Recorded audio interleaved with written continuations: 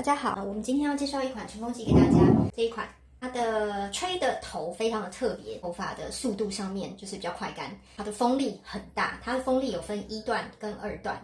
这个按下去呢，切换冷风跟热风。那它最厉害的就是这个头，它的温度不用很高，不会伤发质，但是因为这个头的关系，它却可以让头发很快干。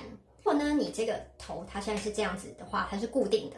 那你可以转这个方向，各个角度，把这个拉开，这个头就开始会自己飘动。在吹头发的时候，手就不用一直晃，一直晃，一直晃。它在晃的时候，你也可以调整各个角度。我觉得因为有这个晃动的头，它让头发快干、省力，然后头发还能吹得比平常更蓬。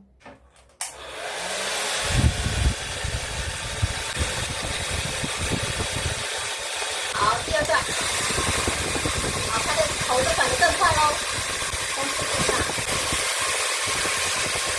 我头发比较长，然后头发比较多，那我就一定会倒吹，就把头整个弯下去，然后吹发根的地方。大家都知道，吹发根的时候，如果你这样子拿的时候会就是比较难吹，如果你这样握的话，会更好掌控你的吹的方向。它的好处是，让你吹再久，前面这个都不发烫，因为它的温度并不高，握起来就不会被烫到。谢谢大家。